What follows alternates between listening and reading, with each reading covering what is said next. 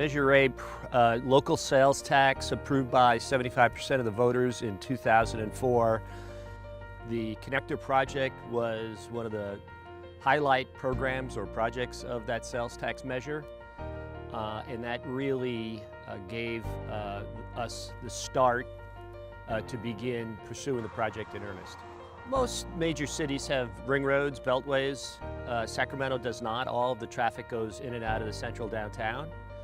This is a portion of a ring road or a future ring road that would allow for some of that traffic to bypass the downtown, including commerce, goods movement. It also will serve the emerging communities in this area, as well as provide farm-to-market access and goods movement. So we identified early on what would be the most reasonable alternative to expanding Highway 50, and it was the connector road. It was so important to the region that we actually got the voters to approve it in 2004 when we did the renewal of Measure A, the sales tax measurement. It was included in that project and the voters overwhelmingly approved to build that project. Yeah, the project has been planning, like I said, since about the mid to late 90s. So we already have an ongoing process with the state and the federal government when it comes to additional financing as a continuing project versus a new start. Well, VSB has close to 2,000 employees here, and giving them the ability to access this area quickly and effectively when they are commuting to and from work is very important to us. Also, we also understand the importance of having a strong transportation system to be able to move goods through this region, because that's just good for the economy. Our employees live throughout the region, and so we also understand that the Southeast Corridor would be able to give people that access from the 99 Elk Grove area to here and back, and also from the Folsom area. So we have people that live throughout this region, so we understand the importance of having this sort of project make it easier for them to connect to and from work. Benefits for people in this corridor are obvious, that they will have more direct access, not having to cut through streets within the local communities. For people outside of this immediate area, it will relieve some congestion, because it'll take a lot of those local commuters off of the freeway system that they currently use because they have no alternative. Well, the basic alignment is, as everybody knows, is a combination of 3 roads that already exist: Camera Road, Grant Line Road, and White Rock Road. They are about 80 to 85% of this project is on one of those roads, and those roads would be converted into a new facility. Only a small portion of the road in the south area between Bruceville Road and I-5, Interstate 5 in Elk Grove, is a new roadway. Our member jurisdictions, as the Joint Powers Authority, make this a truly regional project. We see this area continuing to grow. It is a major job hub already.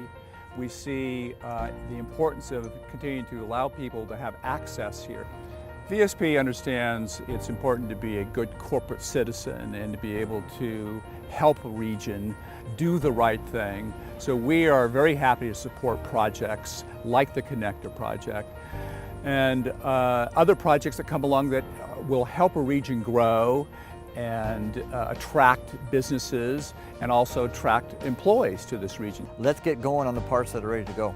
I believe the stakeholders need to step back, revisit what our priorities have been, what our commitments and promises have been, especially to the voters and the people we represent, and remind ourselves we made this commitment back in the late 90s, early 2000s, and start finishing the projects we tell people we were going to do, and actually have taxing them to do it. Working in unison with each other to pursue this project in its design, environmental, processing, and then eventually to construct it.